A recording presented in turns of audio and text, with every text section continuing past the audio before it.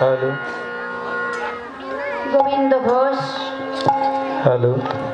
মহাপ্রভু শ্রীচরণ ছেড়ে বঞ্চিত হয়ে আকুল মনে ছুটে চলেছে জাহ্নবী নদীর কাবাকা পদে।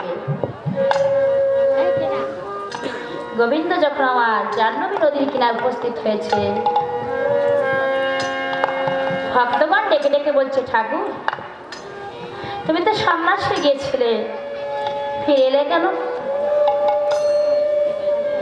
তদুত্তরে আমার গোবিন্দ বললেন, ভক্তগণ আমি যে বড় অপরাধ করেছিলাম, সন্ন্যাস ধর্ম গ্রহণ করেও আমার হৃদয় থেকে সংসার বাসনা যায় না, তাই আমি হরিতকি সঞ্চয় করেছিলাম। ভক্তগণ ডেকে ডেকে বলছেন, প্রভু এই জাহ্নবীর নদীর কিনারে তোমায় একখানা কুঠির বেঁধে দিব, এই কুঠির মাঝে বসে সকাল সন্ধ্যায় তুমি মহাপ্রভুর উপাসনা করবে।